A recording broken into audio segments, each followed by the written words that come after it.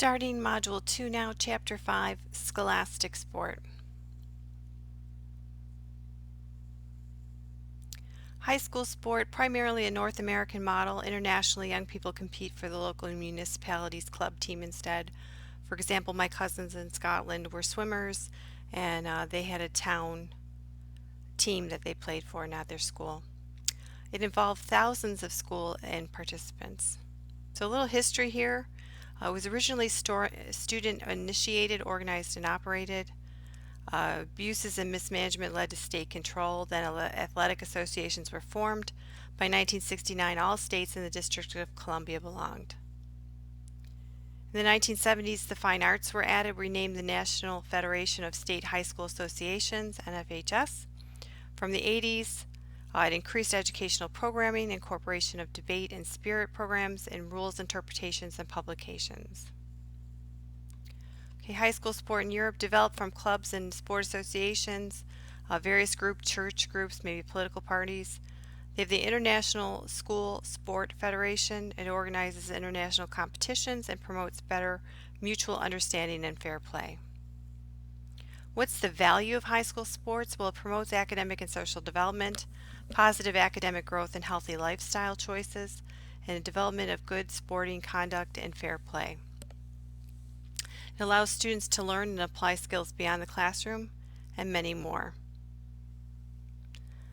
The philosophy of the Colorado High School Activities Association, just an example here. In pursuit of educational excellence, the Colorado High School Activities Association strives to create a positive and equitable environment in which all qualified student participants are challenged and inspired to meet their entire potential. So your point of view. Thinking back to your experiences playing sports in high school, did your coaches and families encourage the values mentioned on the CHSAA website? If so, how? And if not, how could you improve their attitude towards teamwork? The National Federation of High School Associations, NFHS, their mission, remember I told you we were going to look at these different options through every organization. We're starting with Chapter 5. The mission is to provide leadership for the administration of education-based interscholastic activities which support academic achievement, good citizenship, and equitable opportunity. Their membership is made up of state associations, not individuals. It includes affiliated members from outside the U.S. Their most revenues come from sales revenues. Major expenses are salaries and benefits. State high school athletic associations. Each state has its own membership. Financials and structures will vary. Regulatory bodies, they possess real power and authority. They organize state championships. They maintain educational philosophy, and they are voluntary and they are nonprofit. School districts, various responsibilities that vary by state. You deal with the high school athletic programs in a limited manner.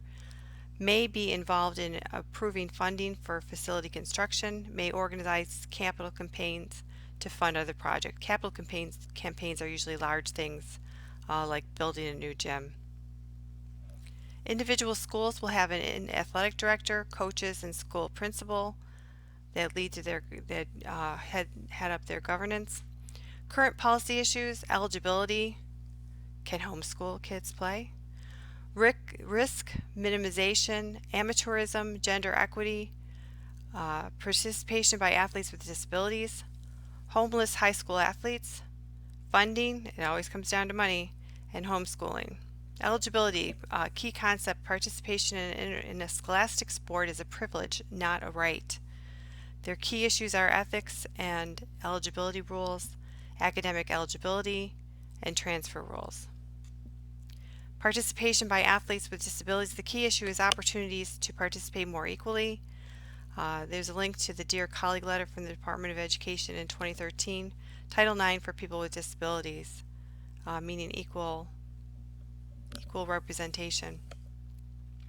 The key issue is budgetary pursuits and need to find new alternative sources of funds, such as corporate donations and sponsorships, crowdfunding. So your point of view, how do you feel about a corporate team sponsorship of your local high school football team? Does this relate well with the values and philosophy of scholastic athletics mentioned earlier, or is it necessary in the age of budgetary pressures? How would you feel about sponsorship from a soft drink company? high in sugar, leads to obesity. Do we want our athletes to be associated with Coca-Cola? Car dealership? How about the largest employer in town? Homeless high school athletes. Homelessness is a major social issue in the U.S. High school sport is an extension of one's high school education, so coaches and ADs can and must play a role in improving the lives of these students. Working together with local social service agencies and the school systems is necessary.